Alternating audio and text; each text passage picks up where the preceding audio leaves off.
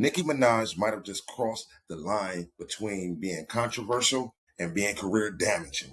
Everybody's talking about that sit-down interview with Ericka, Kirk, and depending on who you ask, Nicki either finally said what needed to be said or said too much in the worst way possible. And that's the problem. Nicki Manaj has built her entire legacy on being untouchable, skill-wise, influence-wise, culture-wise. I mean, she survived beefs, cancellations, label drama, industry politics. But this moment feels a little bit different because this time it wasn't bars, it wasn't music, and it wasn't a diss track. It was her own words. What people are reacting to isn't just what she said, but how comfortable she seemed saying it. No filter, no media training, no, this might not land right. And in today's climate, perception moves faster than truth.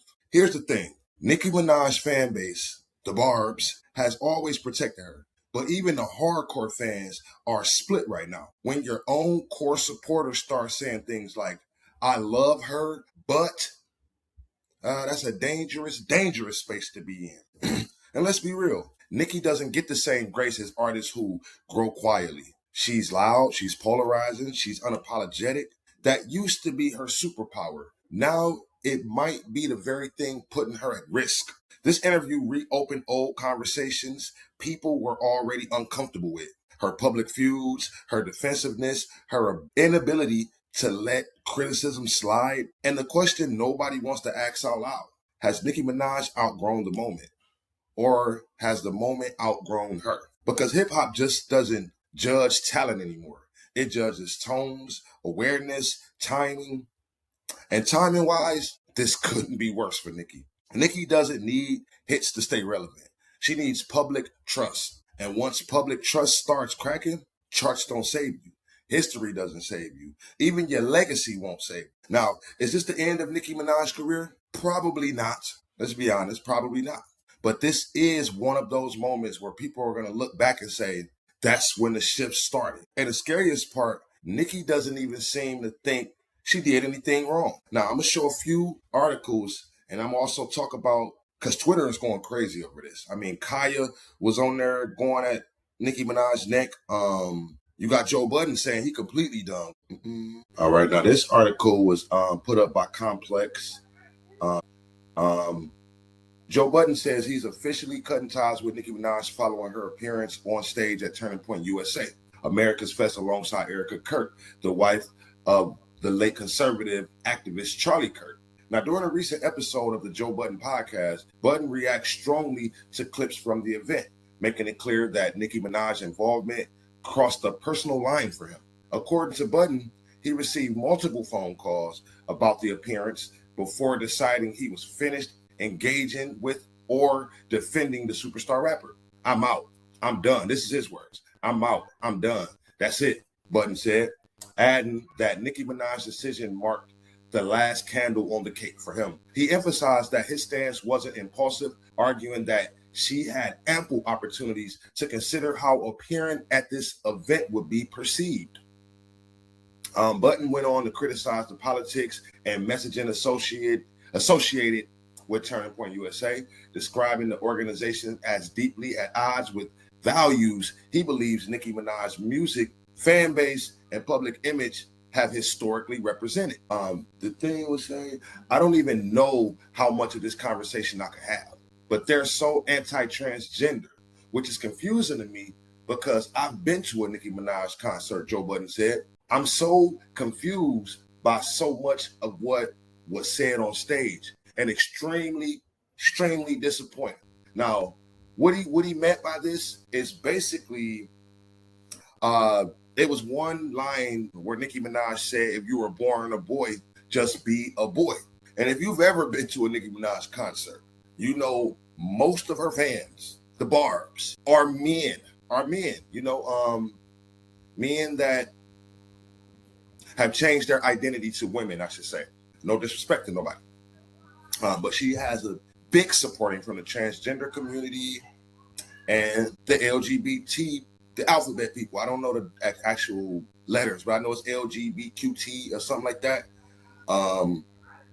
So by most of those people being her supporters, for her to go on that stage and say what she said, got a lot of people looking at her sideways. Now, Kaya would go on to say that Nicki Manaj was basically on Trump's coattail to avoid getting deported. Because as most of you may know, Nicki Manaj is from Trinidad, and she still doesn't have citizenship here in America. So a lot of people was pushing back saying basically she pretended to be a Donald Trump supporter to avoid deportation. Reactions poured in with memes dubbing a Nicki asylum for messy rap moments. Defenses of her conservative shift after industry snubs and fans split on her bold political pivot. Now, you all may remember Kaya, My Neck, My Back. Guess you had to pretend to be Donald Trump's friend so he wouldn't send your immigrant ass back over to Trinidad. Kaya on her neck. And you just basically had a lot of people on Twitter just pretty much going in on Nicki Manaj. She said, maybe I can pull up the tweet. Somebody said, somebody quoted her, if you were born a boy, be a boy. Then they kind of clowned her, like if you were born with a flat ass, keep a flat ass, because she did go get the BBL, everything like that, which we already know. But yeah, as you can see, Twitter is not happy with Nicki Manaj right now. Everybody is literally on her neck. Twitter is at her neck right now. Okay, mid 978G. Nicki Minaj's career is over. Okay, so Nicki Minaj's career is over. No hits, no records, no sales, no legacy. She's married to a pedo and a rapist. They say Nicki is a racist, homophobic, transphobic, and supporter of Trump. And yeah, Cardi B loving this moment. Cardi B is eating this up right now because, as we all know, Nicki and Cardi pretty much don't like each other. With Deshaun Roberts, the murder of Nicki Manaj caught on film, colorized. And this is Nicki's quote: "If you were born a boy, be a boy." Okay, if you were born with a flat ass, don't get a BBL, Nicki. Weird. Hey, I'm telling you, they on her heels. Nicki Manaj is an illegal immigrant and a criminal. Deport her back to Trinidad. Damn. 15 years in the game, is still the highest female rapper, still selling on world tours, still selling albums, still rebranding herself while still being Nicki Manaj. Still gives us bars and different flows and looks, still a trendsetter. So as you can see, a lot of people are back and forth. We got people that's with Nicki Manaj, and you got people that are just hating this right now. And this is Nicki Minaj's ex-offender husband. He's on the registry. He's on the registry list, and we all knew that, but a lot of people are bringing it back to light now that everything is going on. She spoke on Islamists persecuting Christians around the world. We will speak up for Christians wherever they are in this world. Okay, this is Truth Patriot. I can't describe how much respect and admiration I have for Nicki Manaj right now. Most people don't realize how much courage it took to speak out the way Nicki has spoke over the last few weeks. She's Black, she's a woman, she's a celebrity. In her world, it is wildly unpopular to support anything President Trump does, good or bad. Black people who speak out against the left are labeled as Uncle Toms and hated by their peers. Celebrities are blacklisted and lose fans and money for going against the Democrat machine. 99% of celebrities who share her views stay silent. The truth isn't worth the self-sacrifice. That's selfish and weak. The country would be in a much better place if more of her peers follow her example.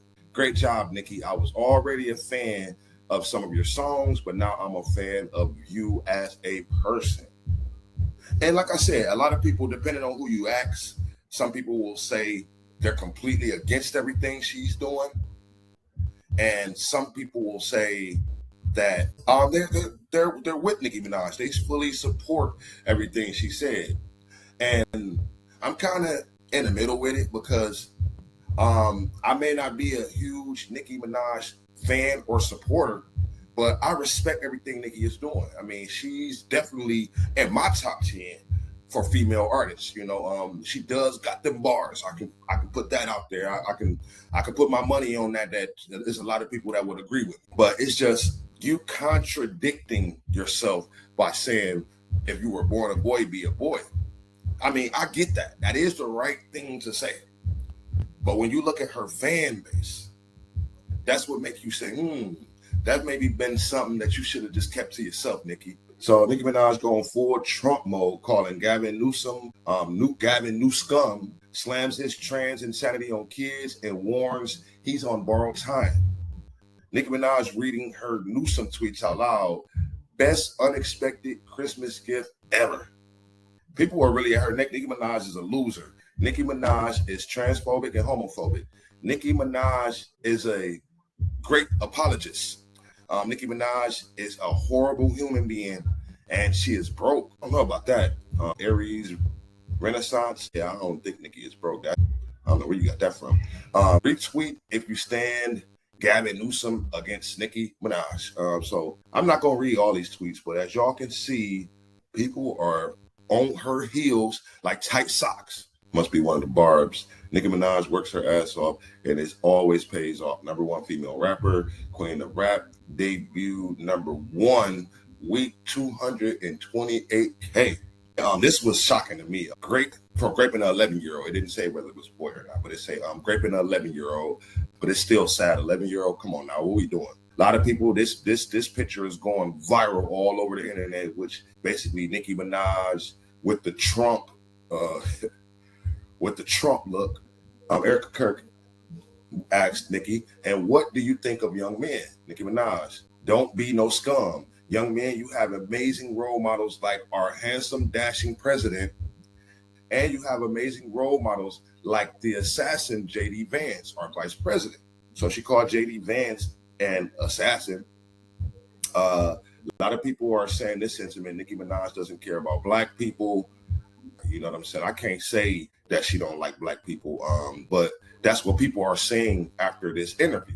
Because if you knew what Charlie Kirk stood for, then you would be wondering, just like most of America is, why would she sit down with Ericka Kirk, knowing that Charlie Kirk, her husband, who's got unalived, he was completely against black people. I mean, we don't even got to go into some of the things he said.